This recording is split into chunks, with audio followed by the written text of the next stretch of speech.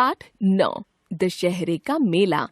मौसम बदल रहा था, थोड़ी थोड़ी ठंड पड़ने लगी थी। इसी बीच न जाने कैसे छोटू बीमार पड़ गया।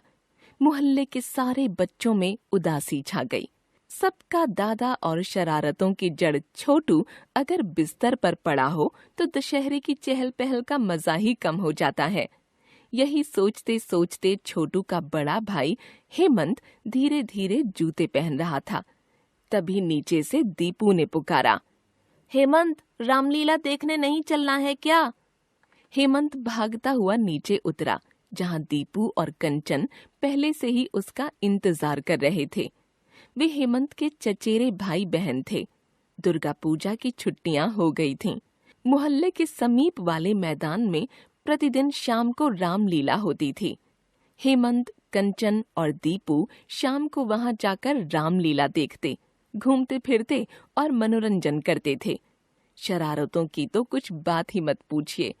जब सब भाई बहन इकट्ठे होते तो इतना हल्ला गुल्ला मचता कि गर्मियों की छुट्टियों की रौनक भी फीकी पड़ जाती। इस साल भी बच्चे शाम को चाचा जी के घर पहुंचे और घर में घुसते ही खाने की मेज पर जम गए। चाची जी ने खाने का जबरदस्त इंतजाम किया था।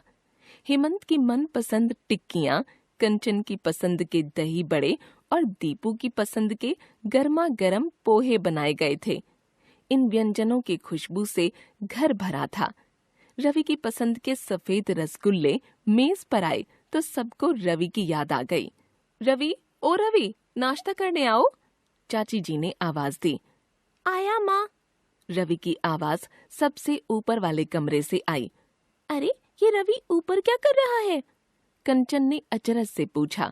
चाची जी ने बताया कि इस बार रामलीला में उसने भी भाग लिया है, इसलिए वह ऊपर रिहर्सल में लगा हुआ है।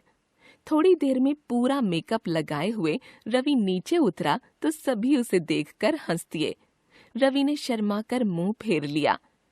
अरे, तुम लोगों का अभी तक नाश्ता खत्म नहीं हुआ है? देखो, राम जी की झांकी बस निकलने ही वाली है, लेकिन नाश्ता खत्म किए बिना घूमने को नहीं मिलेगा, चाची जी ने रसोई घर से ही चिल्लाकर कहा। जल्दी जल्दी खा पीकर सारे बच्चे मैदान में पहुंचे, जहां रामलीला शुरू होने ही वाली थी। पूरे मैदान में मेला लगा था। खोमचे वाले हर जगह जमे हुए थे।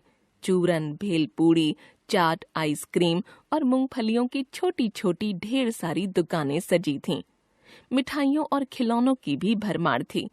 पूरे मैदान में खूब हलचल थी और लाउड स्पीकरों पर जोर जोर से बजते हुए गाने कान फाड़े डालते थे।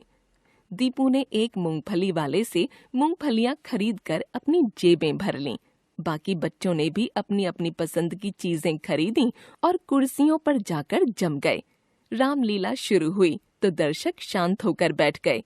कंचन, हेमंत और दीपू बेसब्री से रवि का इंतजार कर रहे थे। कुछ देर बाद उछलता कूदता वानर दल मंच पर आया। उन्हीं में वानर बना रवि भी शामिल था।